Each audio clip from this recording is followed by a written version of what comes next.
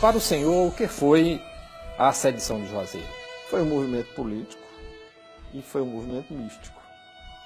Essas coisas estão inseparavelmente associadas, né? O médico baiano, Floro Bartolomeu, era um homem que tinha visão política. E o padre Cícero encarnava uma liderança mística, tendo também visão política.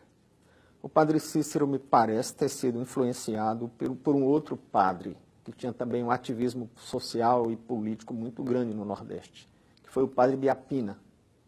E, inclusive, o padre Biapina também influenciou o Antônio Maciel, que foi para Canudos.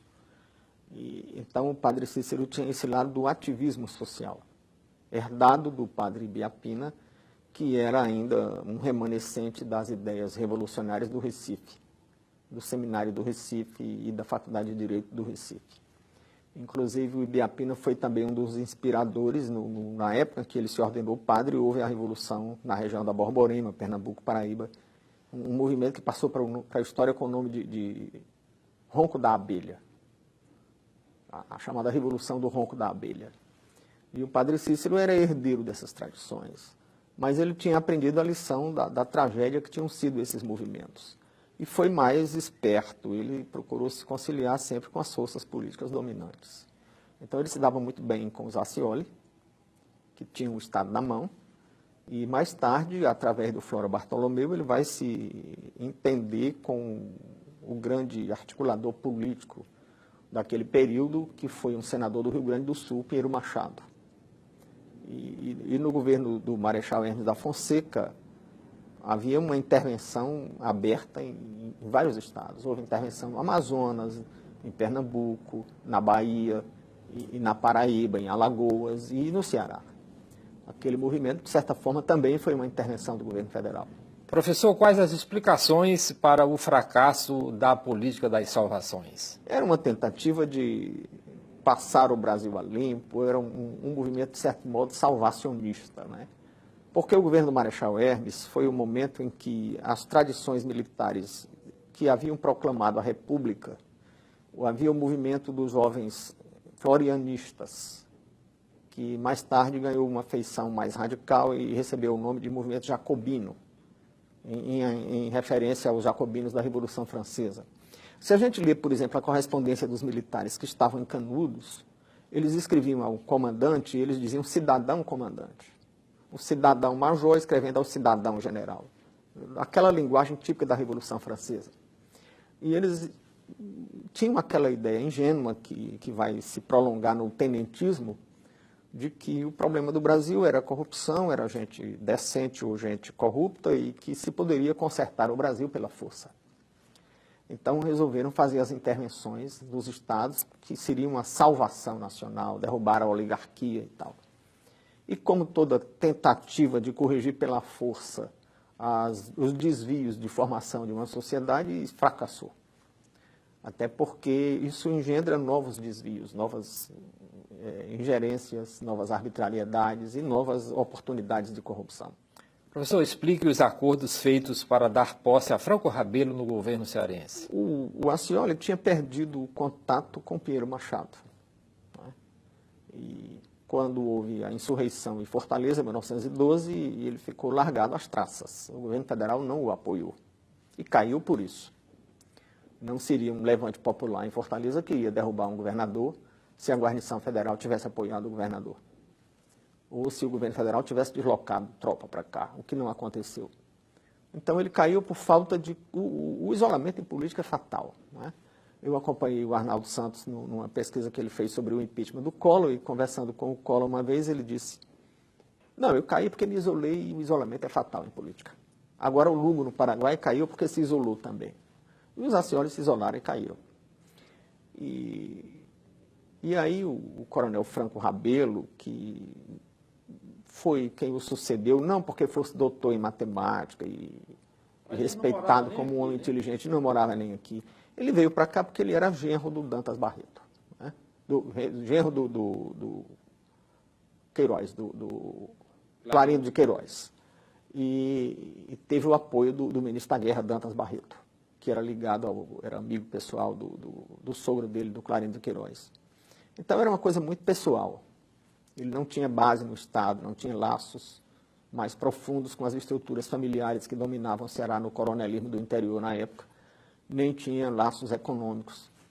Então ele era uma figura que tinha laços muito precários com a sociedade.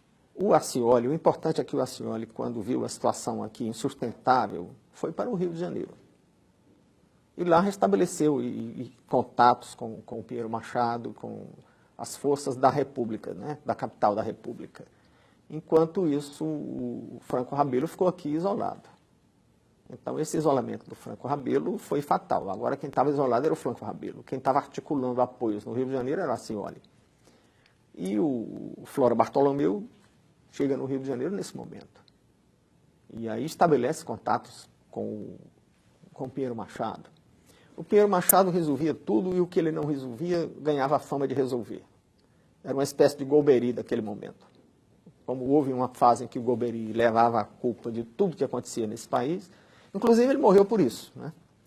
Na reforma, a reforma que o Ministério da Educação estava fazendo, uma das tantas reformas educacionais do Brasil, houve uma reação popular muito grande, e quem estava fazendo a reforma, quem estava inspirando a reforma não era o Pinheiro Machado, mas ele levou a culpa.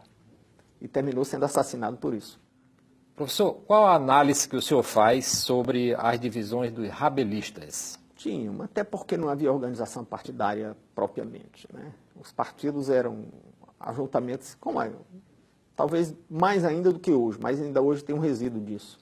Os partidos são ajuntamentos em torno de lideranças pessoais e em torno de agrupamentos familiares. Então, esses agrupamentos familiares terminavam competindo entre si dentro dos partidos. E isso criou uma desagregação muito grande. E, assim, uma coisa foi derrubar o Accioli. Outra coisa foi dividir o poder, o condomínio de poder depois de derrubar o Accioli. E isso criou uma situação insustentável para o Rabelo. E sem o apoio do governo federal, o governo federal mandou para cá o então coronel, que termina como ministro da guerra, mais tarde general, Setembrino de Carvalho. Não, ele vem para cá comandar a guarnição federal. Depois que a situação se agrava, ele então assume a condição de interventor. Quando os jagunços chegam na periferia de Fortaleza, eles chegam até Mudubim, até Messejana, e fazem um acordo para não entrar na cidade, e o Franco Rabelo vai embora. Fez o que o Accioli tinha feito, pegou um navio e foi embora. E que mais tarde o Matos Peixoto faria também, em 1930. Pegou um navio e ia embora. E aí o governo federal nomeia um interventor, o coronel que comandava a tropa aqui, que era o coronel Setembrino de Carvalho, que o João Brígido chamava Sem Ter Brios de Carvalho, porque ele veio criar dificuldade para o governo do Estado, que não pôde reprimir a sedição do Juazeiro, porque ele negou munição, era ele que tinha que fornecer munição. E, por fim, ele foi ocupando a ferrovia, impedindo, inclusive, o envio de suprimento e de reforço para a tropa. Por que Franco Rabelo levou a política das salvações ao Cariri e, com isso, contribuiu para a sedição de Juazeiro? Ele entendeu que a grande ameaça contra o governo dele, se estava num projeto de derrubar as raízes, de arrancar as raízes do que impropriamente chamam ali oligarquia Accioli, né? Eu acho que o nome para a gente falar em oligarquia, é preciso ter várias gerações manipulando o poder e controlando o poder. E os Accioli só teve uma geração de Accioli no poder. Mas ficou o nome, vamos usar, oligarquia Accioli. Os Accioli tinham ido embora, o comendador tinha ido embora, mas todos os coronéis que tinham dado apoio a ele estavam no Estado. E principalmente a base do Accioli era principalmente no sul do Estado. Então ele resolveu como que desarticular essa base. Até porque essa base nunca parou de conquistar, de conspirar a volta para o poder. Inclusive porque os mesmos deputados que tinham sido eleitos a bico de pena continuavam na Assembleia Provincial. Que já não era a Assembleia Provincial, já estávamos na República, né? Já era a Assembleia do Estado. Na sua visão, como os sertanejos viam a luta contra Franco Rabelo? Olha, eu ainda menino vi um coronel da nossa PM aqui, o coronel João Bastos, dizer que entrou na PM porque veio de Juazeiro com o Flora Bartolomeu. que tinha prestado serviço militar no Exército e, quando foi desmobilizado, foi mandado para Juazeiro para entrar nas fileiras do Flora Bartolomeu. Então, o governo federal, além de mandar armamento e munição, mandou gente, mandou soldados que tinham concluído o serviço militar. E em Juazeiro, Cariri, nunca faltou mão de obra para jagunço, para trabalhar como jagunço. Porque o semiárido ali era um lugar para onde praticamente todo o vale úmido do Cariri era um lugar para onde migrava sertanejo de quase toda a região semiárida. Inclusive do oeste pernambucano, aquela região que fica entre o Riacho do Navio e o Vale do Mochotó, que ainda hoje é celeiro de bandido. E na época era um celeiro de cangaceiro.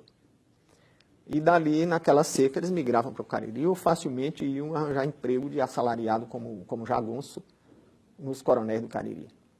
Mas Alagoas também era uma terra de muita violência e foi um lugar de onde houve um fluxo de imigrantes de Alagoas para o Cariri.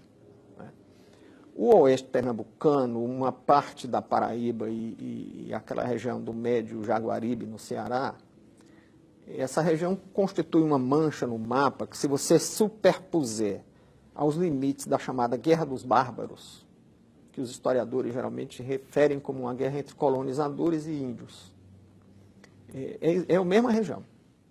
A mesma região do celeiro de cangaceiros no oeste de Pernambuco, no Cariri Velho, na Paraíba, naquele pedaço daquela serra da divisa da Paraíba com Pernambuco, onde tem Teixeira, a Serra do Teixeira, que é outro celeiro de cangaceiro, e o Médio Jaguaribe, no Ceará, que ainda hoje é uma região de muita violência. A Guerra dos Bárbaros durou 60 anos. Quer dizer, você cria 3 gerações no meio de violência. Embora os historiadores digam que é uma guerra de colonizadores com índios, ela tinha também uma feição de guerra de família, porque os colonizadores casavam os filhos com as filhas dos líderes de índios. E não era uma guerra dos índios unidos contra os colonizadores, era uma guerra dos índios entre si, que os colonizadores tomavam partido para dominar. E guerra de família é uma coisa muito violenta. Então criou-se uma cultura de violência naquela região. O senhor poderia sintetizar os principais episódios da sedição de Juazeiro, início, luta e desfecho? Como aquela era uma região muito armada e muito violenta, e uma região onde o coronelismo era forte e conspirava contra o governo do Franco Rabelo, ele quis desarmar aquela região. Quis desarmar e quis implantar a lei e acabar com a impunidade desses coronéis que faziam oposição a ele, pelo menos dos opositores, né? E aí mandou o delegado prender gente, desarmar, e encontrou resistência, e isso foi num crescendo, criou uma espiral de violência recíproca, e ele terminou não tendo condição de enfrentar essa espiral de violência que se levantou ali. A força que inicialmente foi para o Cariri foi muito mal comandada, né? Inclusive, a tropa sai do Crato, não manda uma vanguarda, porque quando uma força marcha numa batalha, para uma batalha, ela não vai inteiramente, pode cair numa cilada, pode, né? Então eles mandam um pequeno grupo na frente, que chamam isso vanguarda, ou chamam batedores, exploradores. Ele não. Ele foi com a tropa toda junta. Se tivessem armado uma emboscada para cercá-lo, talvez o desastre tivesse sido maior. Ele não teve o cuidado de mandar força nos flancos. Os flancos que os militares chamam são os lados da tropa, né? Se você avança com uma tropa aqui, você deve ter um pequeno grupo que vai à frente para denunciar a presença de qualquer obstáculo e grupos que vão dos lados para evitar um circo. Ele não teve esse cuidado, né? E parece-me que a tropa inteira era muito mal preparada. Mas o J. da Penha era militar de carreira, veterano da Revolução Federalista no Rio Grande do Sul, era um homem que conhecia de combate. E tanto que foi a primeira vez que houve uma luta, uma resistência organizada. Ele entrincheirou, ele organizou uma resistência ao avanço das forças que vinham do Cariri. Só fez a bobagem de se expor demais. Morreu e, de novo, a tropa ficou acéfala, e isso tem um efeito psicológico enorme na tropa. Quem assumiu o poder após a sedição e como o padre Cícero viu a participação dele nessa luta? Bom, aí o governo federal nomeou um interventor. E o interventor foi o coronel Setembrino de Carvalho, então coronel, depois general. e a Assembleia se compôs com ele. Não é? E o Ceará é a terra, não só o Ceará, mas o brasileiro todo gosta muito de aderir aos vencedores. Né? Mas o Ceará parece que dá lição nesse campo. Então, aqui, por exemplo, os senhores... Foi até presidente da Assembleia. Foi. Então, a Assembleia imediatamente aderiu às forças que tinham apoio do governo federal e do interventor, que era o coronel Setembrino de Carvalho. E aí utilizaram o pretexto de que o mandato do Franco Rabelo não estava em conformidade com o rito legal, e aí tudo mudou. Aí o interventor passa a governar com o apoio da Assembleia. Ok, professor, muitíssimo obrigado aqui pela sua participação nesse pequeno documentário sobre a história do Ceará.